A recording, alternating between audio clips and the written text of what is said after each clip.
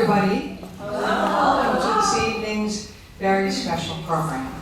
I was just saying to our keynote speaker that I was reluctant to begin because I looked at the audience and I did not see her parents here. And I am so used to seeing the Heily Rivas fan club, whether it's here in Boston or at the ICA or in Colorado. So, and they have every right to be so proud of it. So that's a little sidebar. But welcome to this evening's program. And this is part of our first generation college student celebration. MassArt recently became part of a national network, First Gen Forward, and we're very proud of that because one of the things that is so important at MassArt is how we support our students at every level, how we welcome in first generation students who maybe haven't had the experience with college in their family. And we know that Heily is a first gen college student, and I'm a first gen college student. I was the first one in my family to finish a 4-year college degree. So I have deep appreciation for when you're navigating these places that maybe aren't as all familiar as others. So really want to appreciate the work of MassArt and being part of the First Gen Network. And so as we gather this evening to hear from one of our extraordinary graduates about some of the work that she is doing, I'm just so proud and pleased to welcome all of you to this evening's celebration and to MassArt. Earlier today, that room out there was filled with Embrace Boston and the E250 as the city of Boston gets ready to celebrate the 250th anniversary of the country, the founding of the country. It was an extraordinary, diverse, and powerful gathering of educators, artists, creatives, community leaders, and we are so thrilled to be a part of that. And many of you were there, like our incredible Equa Homes. But this is really important that MassArt is part of the community, is of the community, and opens our doors very, very wide. So welcome to this evening's program, to this celebration of first generation students. You're in for a real treat. We are so very proud of Heily, and Equa Homes has the privilege of introducing Heily Rivas. And I just want to acknowledge this incredible Equa Homes from the Center for Art and Community Partnership. Many of you may know Equa as the wonderful leader within CACP, the imagination and driving force behind Spark, the woman who brings sunflowers to every community, and now a national stamp celebrating Kwanzaa. Yeah. So this Equi's work is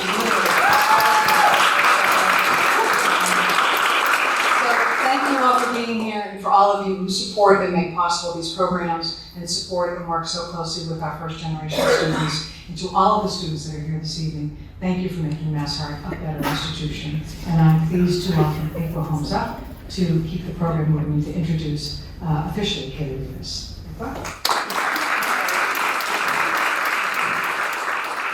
Can you all hear me? Yes. Okay. Because I have these papers that I have to read. So, welcome to this evening's program. I do have the privilege of introducing Heily. And just to piggyback on something that Mary said about our community, which extends around the world. MassArt students, graduates, we're everywhere. And you can't walk on the street in Boston without running into someone who says, I went to MassArt. Yeah. So just know that we have touched every corner of life here in Massachusetts, but also Ghana and other countries as well. So, Heily Rivas Perdomo is a US-based fashion designer of Colombian descent whose creative work focuses on the intersection between quality craftsmanship and sustainable garment-making practices. A recent graduate from Massachusetts College of Art and Design, she often uses scrap and waste material as a primary source for her designs. I don't know how many of you got to see her thesis project, which was amazing. Rivas is also a musician and a member of her family's band, along with her brother, who's in the back, El Grupo H, and serves as president for her family's nonprofit organization, Rivas Perdomo Family Foundation. How many people have a foundation at her age? Just shows you what you can do. Rivas is now working on a master's degree in sustainability at Harvard University Extension School, where she is furthering research on the textile waste crisis in Ghana. She considers herself a lifelong learner and advocate for a resilient environment and a unified humanity. Her accomplishments while a student here at MassArt are too many to list, but include Student Government Association's president, liaison between the Student Government Association Executive Board and all 30 student organizations. She was the intercultural coordinator and a member of the MassArt Activities Council, which we call the MAC Board. Heily was awarded the Newman Fellowship for the 2023-24 academic year. That's a really big honor. She also worked for 2 years with the Center for Art and Community Partnerships. We were so fortunate as a radical welcomer supporting our office. Thank you for joining us for this inspiring evening with Heily Rivas Perdomo. As the first recipient of Spark the Artmobile's Fern Cunningham-Terry Memorial Fund for Youth Arts, Heily experienced a transformative month in Ghana, where she engaged in a sustainable fashion artist residency and textile workshop at Kokrobite Institute. During her 32-day immersion into the rich Ghanaian culture, she explored an array of traditional crafts. Here at MassArt, we know Heily as an invaluable campus-wide student leader, an engaged community connector. She's an inspiring communicator, someone who is dedicated to making the world better through her art and design practices. We know her as a sought-after partner, speaker, and presenter. We know her as a deeply committed, caring, and capable human being, someone who walks her talk. Tonight, we celebrate just one facet of her extraordinary journey. Heily Rivas Perdomo.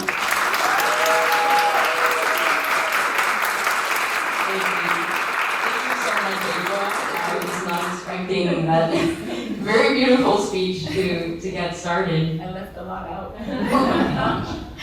Well, thank you so much for taking the time to be here this evening. For me, it's really an honor. After having graduated from MassArt, I know so many of you were tremendous partners and collaborators and supporters through my time here, and it's really just super special to be able to come back the following year having had a transformative summer.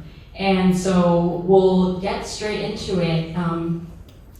I'll just say at the onset, it's super duper hard to summarize a month in the time we have allotted together today, but I'll try to cover a little bit of the art topics that I experienced while I was there, as well as a bit of the social issues that continue to inspire me upon my return.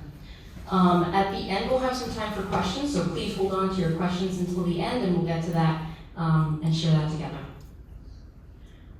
All right, so before we begin, I'll just pose a quick question to all of you. We'll take person A and person B, right? Now these are real people, but we'll hide their identities for the time being. And they are very similar, right? They're the same age, they have similar interests, similar skill sets.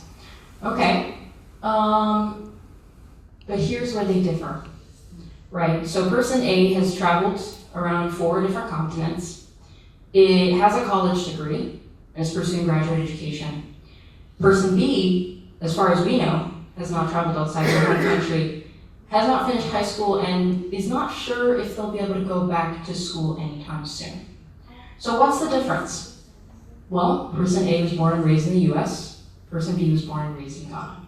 Now that's not to say one country's better than the other, one person's better than the other, no. But it's just for us to think, what causes some people to have more opportunities than others? That's the question that I asked myself while I was on this trip. I continue to ask myself to this day, and I'd love for you to think about as we move through the presentation.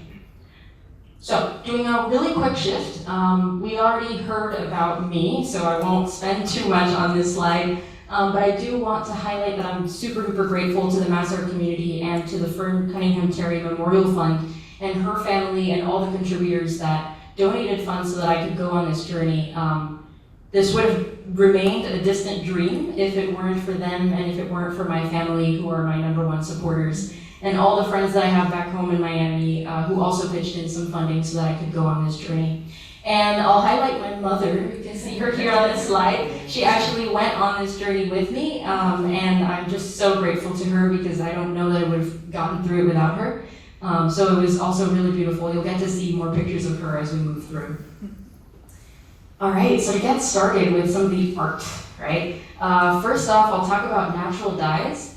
And so we use 2 different kinds of materials. The first is kola nut. Now, kola nut is used as the foundation for beverages such as Coca-Cola, right? It has a lot of different chemical compounds that make it very valuable for traditional, medicinal, but also commercial uses.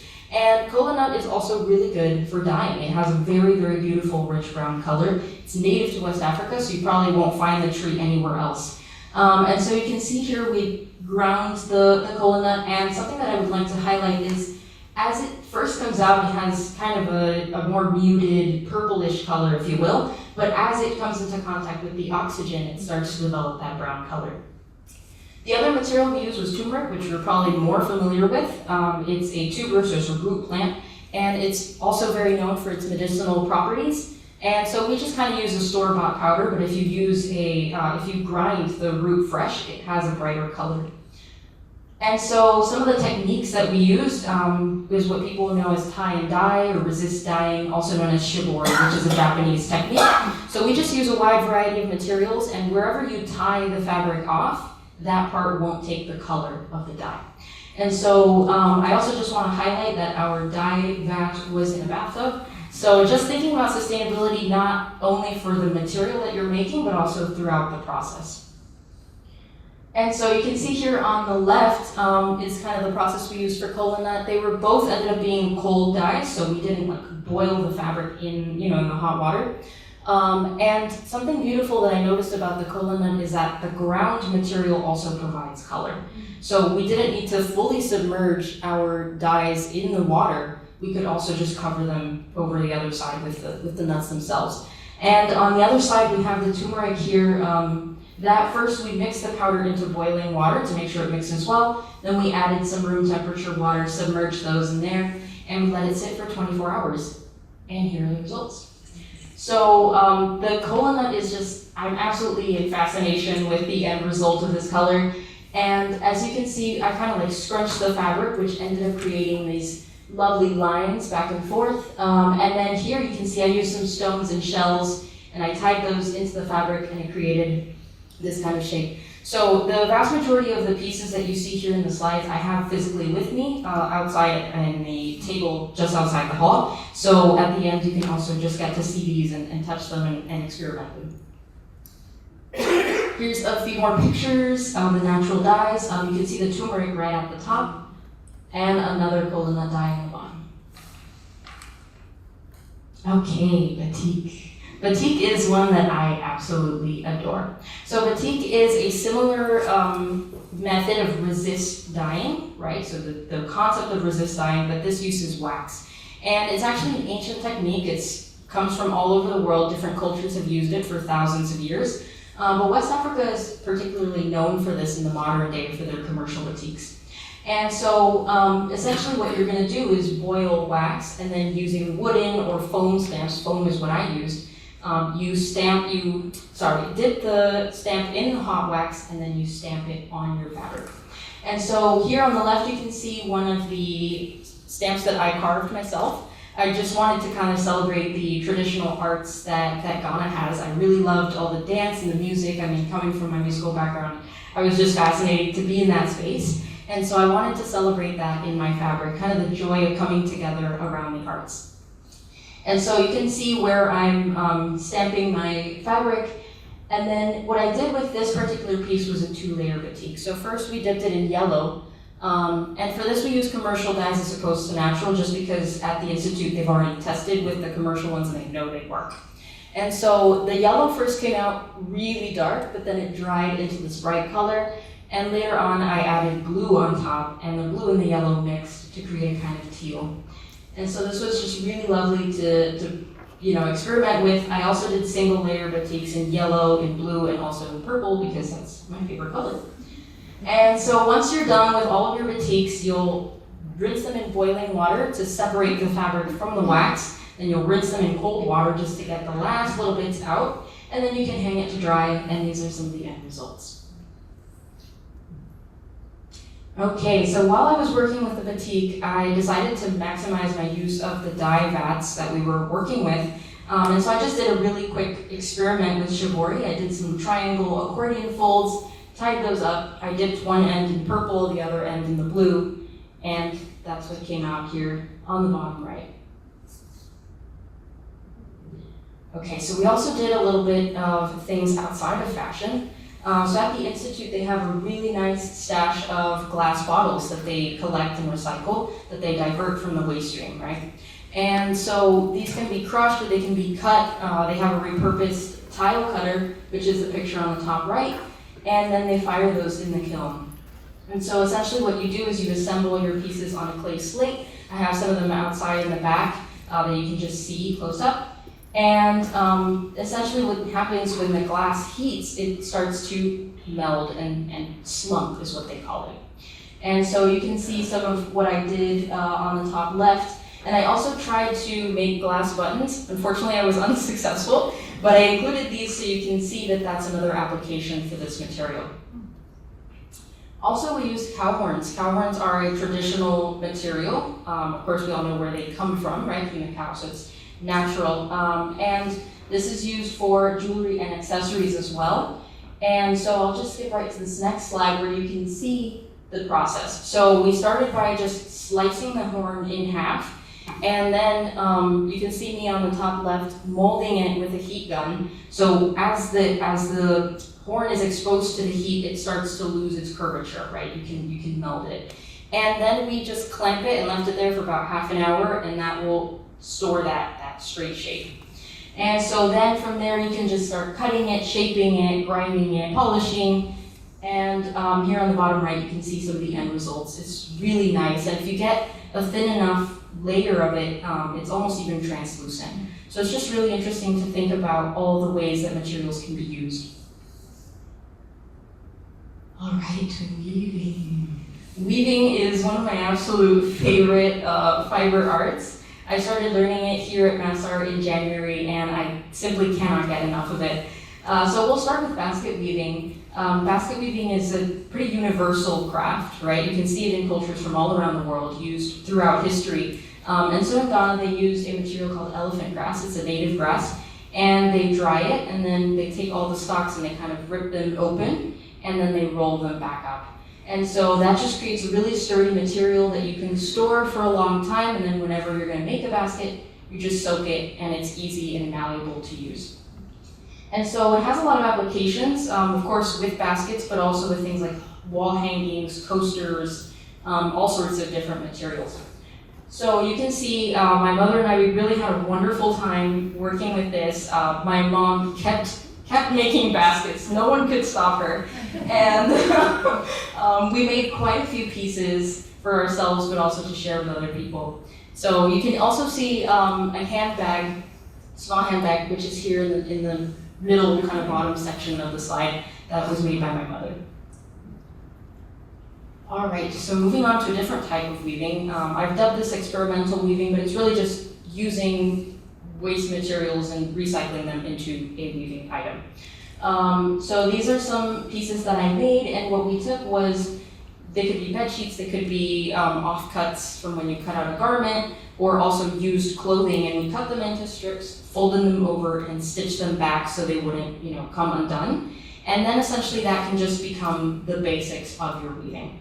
And so here on the left, you can see that I took the yellow weaving that I did, kind of long on the loop, long and thin. I cut it up and I made small cell phone bags with that. And it's a really nice and sturdy material, and it has a really good thickness to it.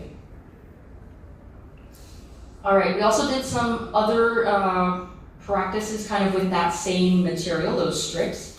And these can range from a wide variety of things. I do want to highlight, for example, the kind of knit piece. I've called it hand knitting, but it really isn't hand knitting. It's almost like if you were weaving, but the procedure mimics the anatomy of a knit fabric. So it's like taking, let's say, t-shirt material and expanding it, right, and making it really big. And so what I think is fascinating about this technique is that you can take a material that's rigid, right? So something like a cotton broadcloth, right, that you make a dress shirt out of. And you can take that and turn it into something that has stretch. So I think that's really fascinating. It's also a nice, thick material. We also did some crochet with t-shirts that we just cut up and used as yarn. So a lot of really interesting ways of thinking, of taking material that's been used in the past, that's lost its value, right, intrinsic or perceived, and returning that into something new. All right, Kente Weaving. Kente Weaving is probably my favorite. I've done a bit of loom work, but Kente just seemed like something so ethereal and so beyond my capacities. But I was actually able to try it. So here we have a master weaver, and he actually shared some of the designs that they make. He shared those with me. So it's just a real blessing to be able to kind of inherit that long tradition. So Kente is very much, endemic to Ghana. It's from in their cultural identity. And some of the most common known types of Kente are from the Ashanti and the Ewe ethnic groups. And we'll explore a bit of the differences with that later. But essentially, the unique thing about Kente weaving is that they weave in narrow strips from about 4.5 to 6 inches wide, but they can be anywhere between 60 and 80 inches long, right? So they make really, really long strips, and then once they're done, they'll stitch all the strips together to make a wider fabric. And that gives you a really, really elegant and intricate design. And then last but not least, the warp is attached to a stone sled, which is unique to Kente. If you don't know what that means, don't worry. Okay, so this is the warp. The warp is essentially the length of your weaving, right? All the threads that go along the long way. And so when you're starting weaving, that's kind of the first step, is to lay your warp. Figure out how long you're gonna make your weaving, how wide you're gonna make it, what colors are gonna be in the background. So this is the way that they do it. They kind of take over a whole backyard, right? This is in a village called Agbosume in eastern Ghana, which is really well known for their Kente tradition. And so they just kind of take it over a whole backyard to do this process. You just go back and forth, and once you're done, you'll wind it onto this kind of cross wooden beam. And that, it's preserved, nothing gets messed up there. And then you'll go ahead and thread it. Threading requires a lot of concentration because the heddles are small and there are so many of them, and you have to go through each one. And that's where you start to create your design. So, the stone sled. Okay, so the stone sled I think is fascinating. This I think is one of the most emblematic elements of Kente weaving, is that you can identify where a weaver is from far away because you see the warp extending, maybe 20 meters or more away from the loom.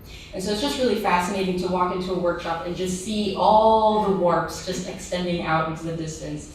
And the great thing about this is that, of course, when you're weaving, you need tension, right, as you're working through. And so this secures that tension. You secure your warp, you wind it onto kind of these two bricks. And as you're moving through, let's say, you've woven your part, you're done. Now you need to advance the warp, right? Roll it onto the front beam so that you can keep going. And if you have enough strength, which I don't, but if you have enough strength, you can take the anchor, right, which is on the top right picture, and you can just pull, and that'll pull the bricks. It just pulls the bricks. It's amazing to watch in action. All right, so now to talk a little bit about the differences between Ewe and Ashanti. So Ewe Kente is perhaps most known to us way out here for graduation stoles, right? They do a lot of lettering and symbols in their weavings, and so that's probably easy to identify for us. And they have 4 heddles, which you can see on the top left picture. And those are controlled with the feet. So 2 of the heddles, which are for the pattern or the design that you're gonna make, you kind of control those with your heel mostly, and those we call them gears. And then the heddles that are for the background, right, so whatever's filling in when you don't have a design, that's used with your pulleys, which you control with your toes. So again, the weaver controls the pattern in each individual row as they work through, and colors are sorted on an individual bobbin. Now that's important because in Ashanti Kente, we only have 2 pulleys, right, which control 2 heddles. But they also make a wide variety of designs. So how does that work? They have their colors on the ground instead of in a bobbin that you kind of slide through. They have them on the ground, and the weaver, once they're ready to introduce a new color, they'll grab their background color, slide through, grab the color from the ground, and keep going. So it's really, really interesting to see the differences there. And you can also see some differences in the type of patterning that they do, right? Ashanti is more like geometric patterns, more repetition, where Ewe sometimes they vary a little bit more. So that being said, both of these types, they coexist beautifully. This was in a market in Accra, which is the capital city of Ghana, and you can just see both of them coexisting. And if you don't know what are the differences between the 2 types, you can't really tell, right? So I just want to highlight that beautiful element of kind of diversity coexisting, right, in the same space. And on the left, you can also see just how the strips are attached together with a zigzag stitch on the machine. All right, this here is a quick clip just so you can see what it feels like to be in a workshop.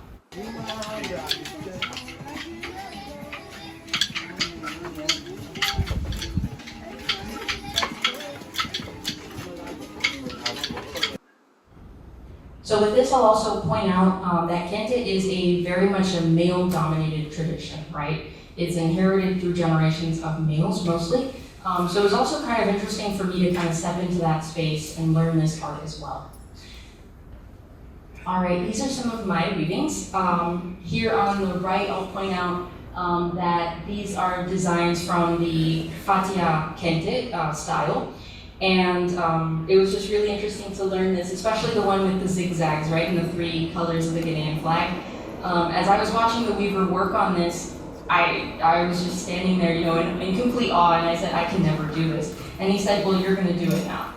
And he sat me down, and I did it, and I got it done. And so it was just really fascinating to learn this. And then I also experimented with adding some lettering and some other things. So you can see how I wrote my name here in purple thread again. And just trying to play around with the ways that we can weave. Okay, here's a quick clip of a master weaver so you can see how fast they work.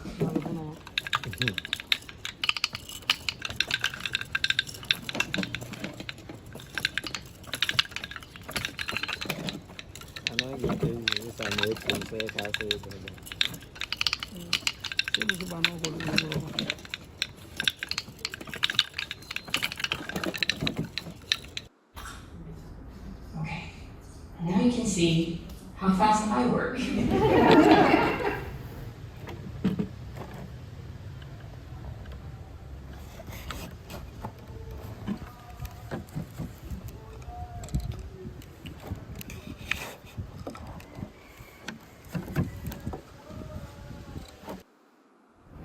Okay.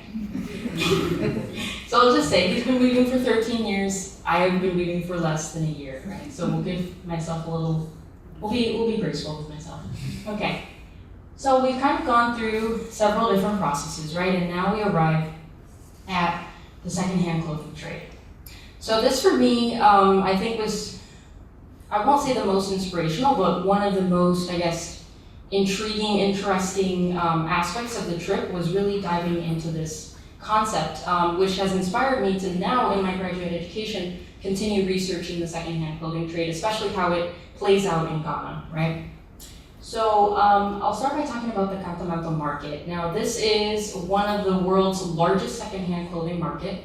Okay, it's a convoluted network of probably around 5,000 people selling clothing that's all used and all imported from other countries, particularly, of course, North America, in Europe, Australia, UK, things like that.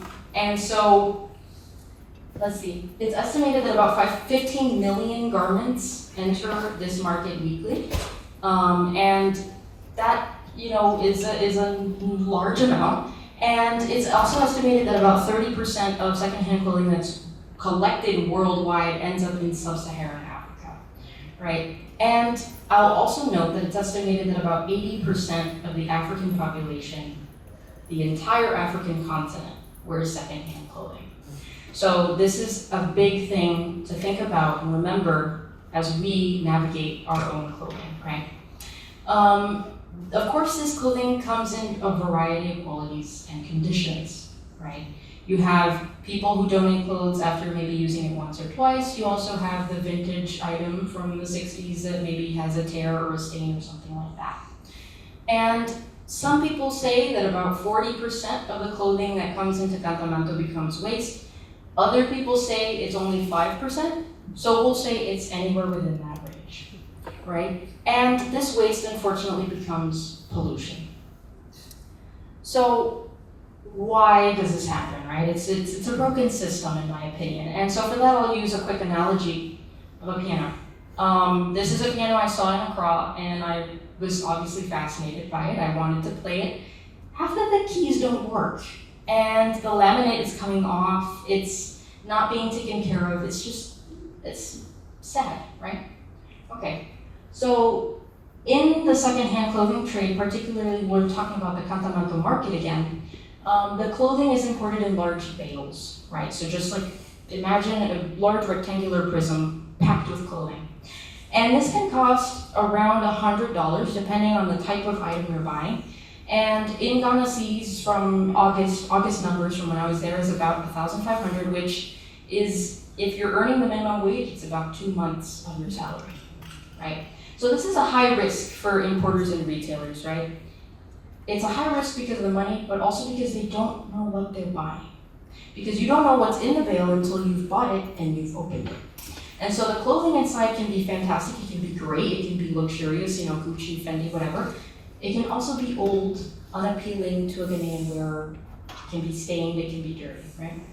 Okay, so when you have that issue, the retailers, they go through and they sort, right? The first category, second category, third category. Third category doesn't even make the storefront, it just gets dumped immediately. And so when you have a system like that, you have a lot of waste, way too much. And Accra already lacks a robust waste management system. So you're overwhelming a system that's already struggling. Okay, and because of that, you have a large informal sector. So most of Accra's waste is picked up by informal workers, also known as kanyawola. And these people are marginalized. They're not included in decision-making processes, they're looked down upon, they're mistreated. Some people say they're crazy, things like that. And because of that, you have informal dumping. Clothes end up in waterways, it ends up on beaches, it ends up in the ocean, it ends up, of course, in landfills or incinerated, where all the toxic chemicals that the clothing has been holding throughout its entire lifetime now get released into the air. But I want to highlight something. The Kantamanto market employs between 30 and 40,000 people, and half of those are women. Right, so it's important to the Accra local economy, but also because you have people who come from other countries, from Burkina Faso, Cote d'Ivoire, Togo, neighboring countries, to buy clothing in Kantamanto to resell in their local markets. So it's important not just for Accra, but also for the neighboring region. And yeah, so we want to make this work, right? If it's good for the people, if people can't afford new clothing, they need secondhand clothing, we should try to make it work. Let's try to play this piano. ¿Por qué paraliza ahí en ese pedacito?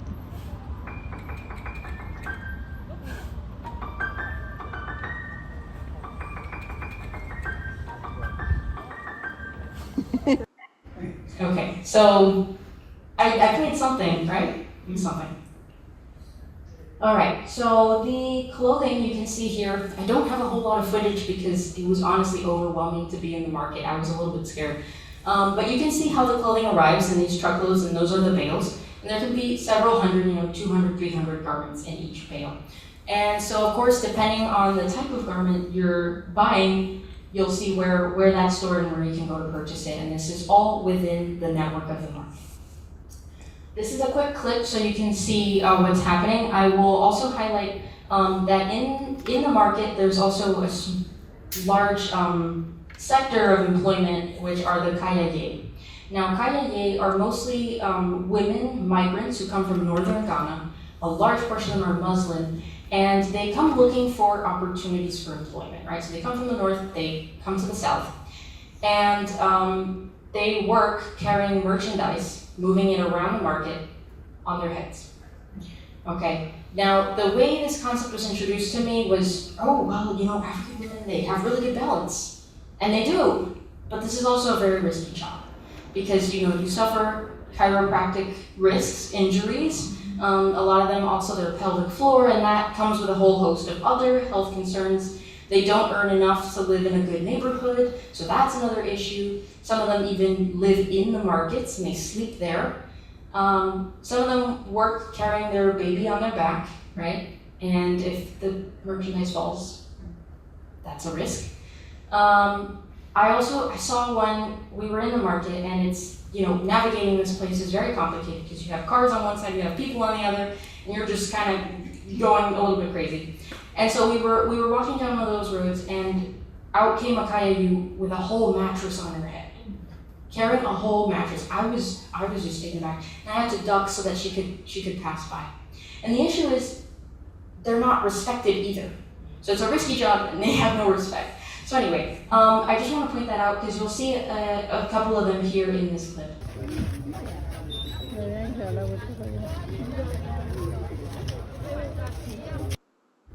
Okay, so this is just a little bit of the market, a little, more of the quieter areas in the market, but you can see kind of how everybody has their stands with their umbrella and all the clothes on the floor. So Kantomato is also known as the bend down boutique because you have to bend down to grab your clothing. Okay, a quick aside, I just want to point out, this is most of the street vendors in Accra, similar type of employment, right? Carrying your merchandise on your head. And they sell anything, from food to phone chargers to keychains, all sorts of things. Most of them carry this on their head. And they don't know how much they're gonna earn in a day. They work all day, right, out in the streets. So I just want to point out, as we think about some of the social issues that we'll get into a little later, but just thinking about these things. All right, so quickly jumping back to the textile waste issue, this is a Kokrobite beach that I went to. So, just a casual day, I said, okay, let me go to the beach, and this is what I saw. And this is actually not that bad, but as you can see, there are anywhere from shoes to socks to plastic bottles just strewn across the sand. I also saw garments. They're not pictured here, but I did see them kind of like in the middle of the rocks and, all of that. And I'll point out in the top picture is a sandal that I saw, and it has snails stuck on it. So that just leads me to wonder how long it's been in the ocean, right? So the Anthropocene, we are really leaving our mark on the world. That being said, what do we do with this system, right? It's not gonna change overnight. And so there's a big effort in Ghana with upcycling. And upcycling, we've seen a little bit of it before, as I was mentioning, kind of, dyeing and taking it apart and reconstructing it. And denim is a big part of that as well. So here you can see at the Institute, one of their buildings, they just have a tapestry lining the roof, and it's all jeans that have been kind of bleached. So denim is a big part of that. And I just want to quickly highlight that. At the far left, you can see a chair at the Institute where the upholstery is all the side seams of jeans that have been cut out and rewoven together. So it's just really interesting to see how creative we can get in all the applications that we can use for this. Denim can also be used really well as upholstery for furniture as well. And then here on the right, you can see this is a collection at a retail store that we visited in Accra. And this whole collection is just all used denim. And you can see all the different ways that they use it. This is all the hems of the pants that have been cut out and unfolded and then stacked onto each other. The tops of jeans all stacked onto each other as well. A skinny jean turned into a flared skirt. So there's a lot of ways that we can reimagine clothing. That being said, I also want to highlight this organization called Revival, which they work inside the Kantomato market. So they recognize the value culturally and economically of this market. They know that it's not something that just needs to go away. And they highlight the importance of the market workers as well. So apart from directly collecting garments from the retailers, telling them, hey, instead of dumping this, why don't you give it to us? So they take all that material, they reimagine it, reconstruct it. On the right, you can see kind of how they've taken a bunch of clothing and turned it into a kente cloth, right? So it's just really interesting to see how the Ghanaian people are really imaginative, and they're taking this issue to heart. And they also do training, which I think is super important, is that educational component with anything that we do in sustainability. And they do, of course, digital marketing training for the retailers to get their merchandise online, because that's something that's really big nowadays, to sell on Facebook, on Instagram, all those sorts of things. But they also train people to learn how to sew. So for example, Kaya Ye, they train them so that they can transition away from that job and do something else. Okay, so with that, I've ended kind of the artistic portion, and now I just want to share a couple of observations to close out our afternoon together. There's a lot of things that I saw on this trip. I learned a lot of art. I also saw a lot of other things that I also want to highlight. And just to back it up with a bit of a statistic, 50% of Ghana's urban population, it's estimated around that number, that they live below the international poverty line. So they earn less than $1 a day, right? I saw this with my own eyes, okay? I've seen the large informal sector, right? We talked a little bit about the kaya waste pickers is another big issue where these people, because there's no like recycling, composting system in a crop, everything gets sent to landfill. The waste pickers go into the landfill and pick out plastic and glass and other recyclables. We also have e-waste that comes out of that, right? Where the workers try to scavenge rare minerals out of the electronic waste that we send them. So a lot of these people and people that I met personally have 7-day work weeks. Yay! They work every single day from sunrise to sundown. And their employers don't give them food, don't give them a place to stay, no health benefits, no pay time off, none of that. Okay. Access to electricity is not the greatest for everyone, right? And saying, you know, if you don't have electricity, you can't really have an electric stove, so you might want to have gas, but then if you don't have enough money for gas, you're going to have to cook with firewood. And there's someone that I met who walks 40 minutes every day to her job, and she does not even have a gas stove. So she wakes up, you know, she starts work at 7, so she has to leave her house probably around 6. So imagine how early she has to wake up to cook breakfast for her family. And this is caused by a limited purchasing power. So a lot of people don't have access to credit cards, which personally I have taken for granted, right? And so thinking about people who don't have a credit card, you can only spend whatever you make. And if you don't make a lot, you can't spend a lot. That being said, there are also barriers to education, because if you can't pay for school, what are you going to do, right? And so I met a lot of people who only got up to middle school, and that's where it ended, because they didn't have money to go to high school, and let alone college and university after that. And then, you know, of course, that limits opportunities for youth, and if you don't have money, you can't really eat well, so there are nutrition problems for people of all ages. So, to summarize all of that, there's a big socioeconomic disparity, right? A lot of people who have very little, a few people who have a lot. And I think the biggest issue for me is that I saw people who have a lot and did nothing to help. And that was very hard for me to witness. And apart from not doing a lot to help, they made things worse. So, also politics, right? We know the issue of politics.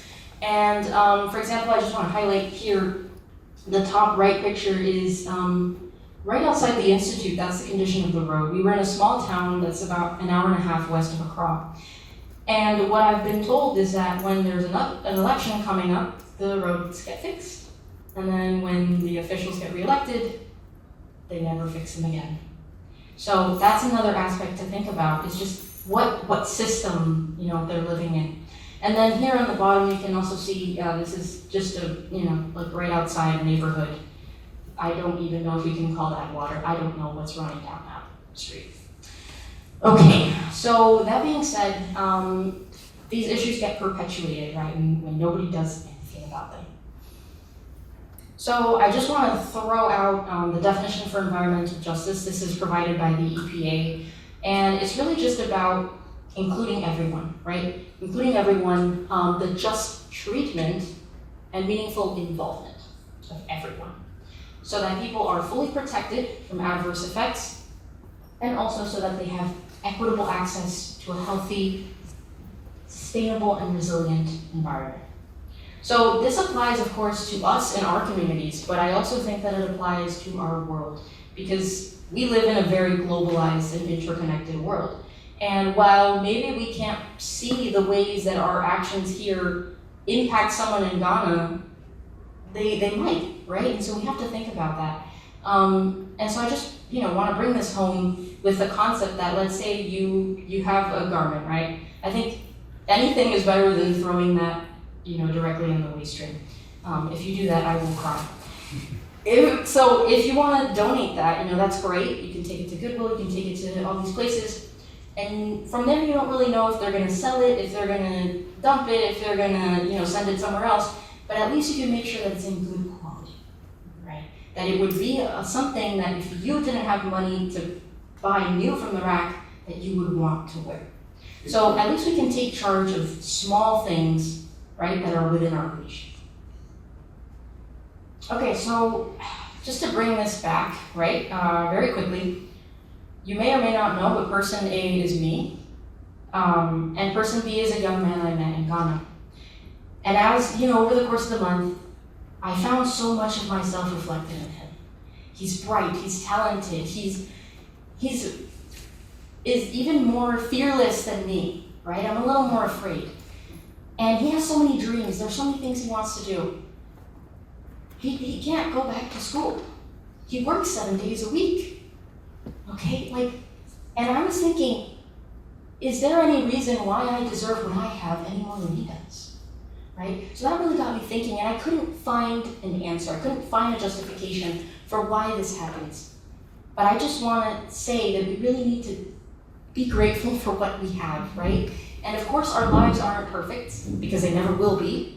But we can be grateful for what we have and take charge and try to do something for someone else.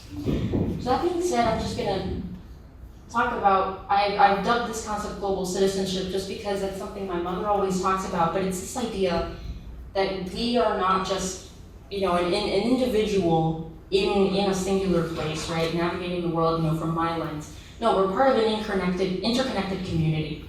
And so I have some guiding questions, just the things that I asked myself while I was on this trip. And I won't go through all of them, but what is my place in the world, right? That's kind of the large question at the end of everything, is where am I in relation to everybody else? Of course, I'm not rich, right? But I'm also not extremely poor. And so it's evaluating both sides of the coin. Who is behind me that I can support, and who is above me that I can call to join this effort? What else can I talk about this?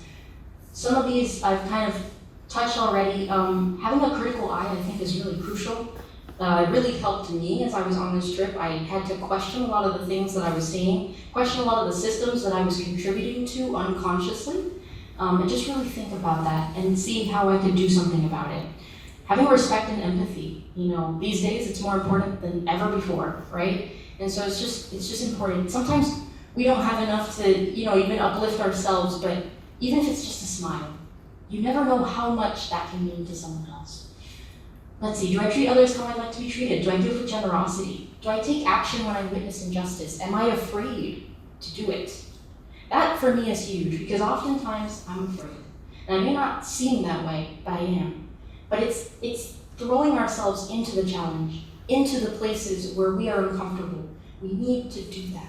Sometimes, again, we're afraid, we don't want to, but we really, really have to. And then again, what can I do to interrupt cycles of poverty, exploitation, and helplessness? Sometimes we don't imagine just how much people are suffering in some place of the world. Sometimes we just live our lives and we tend to forget that.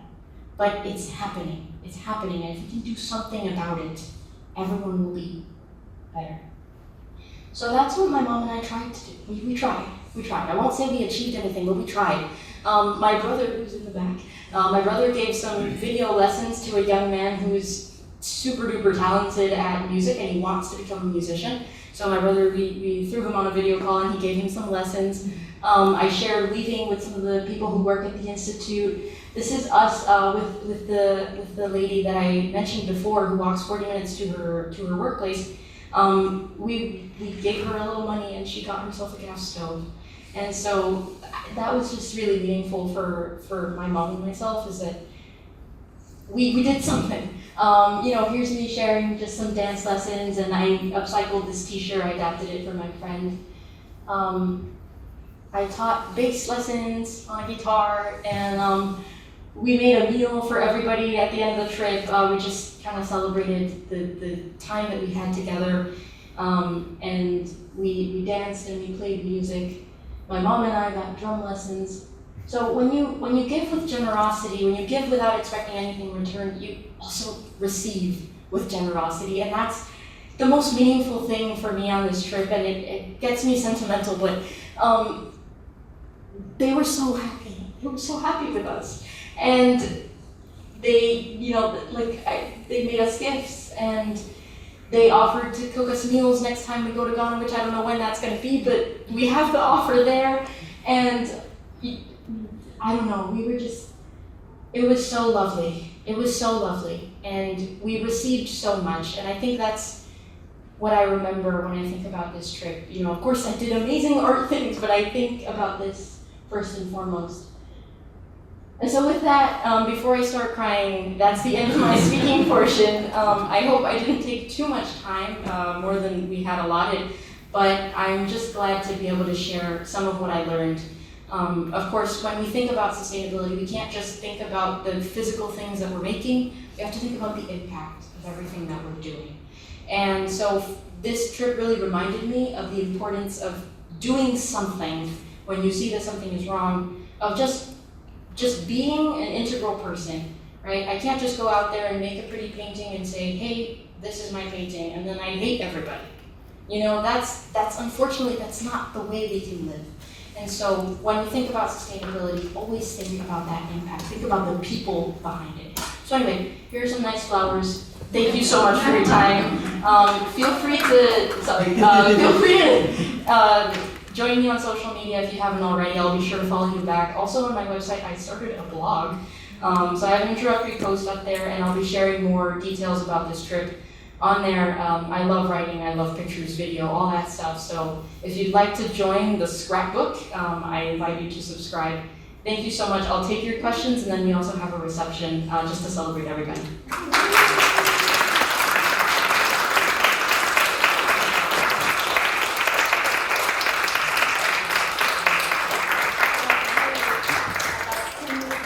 So I want to take a moment to introduce Autumn Allen, who's here with other family members, daughter, sister. This is the family of Fern Cunningham-Terry, for whom our Memorial Fund for Youth Arts is named. If you don't know Fern Cunningham-Terry's work, all you have to do is walk through Roxbury, and any bronze that you see, any monumental piece that you see was either created by her or her mentor, John Wilson.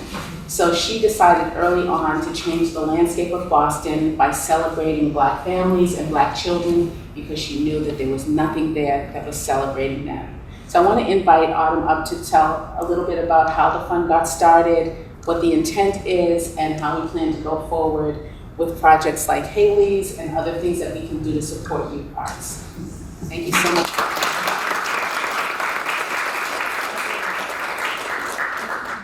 Everyone, congratulations. This sounds amazing. I loved hearing about this trip. What really strikes me is the parallel between your experience, your human experience, and the way we created this fund. So when my mom passed away in 2020, someone who had been her student back in elementary school contacted me and said, your mom was so amazing, can we do something to honor her? Like maybe create a scholarship fund for the Park School. The Park School, as you might know, is in Brookline. It's a preparatory school. And I said, that's amazing, but I think she might want to benefit kids in Boston even more urgently. And so we started out, we contacted artists in the area and were led to AQUA with the CACP, which takes MassArt students into the Boston community to do art programs. And it was amazing that within the first year, we weren't aiming for an endowed fund. We just thought, we'll just raise some money, whatever people were going to spend on flowers, or gifts for the family, just please donate to this fund instead. It was, $50 gifts, small gifts, but so many people whose lives she had touched, her students, people who loved her artwork, just people who loved her, and people who she had loved. And so it was all these small donations that added up to enough to get it endowed. And so now we have the endowed fund, and it'll be supporting artists like you, and really helping, create amazing people, who use their art in amazing ways for communities and to really make the world a better place. So I'm so excited to see how you're using it, and I'm excited to see who else will benefit and how they'll learn and how they'll use those skills to benefit people. So, thank you.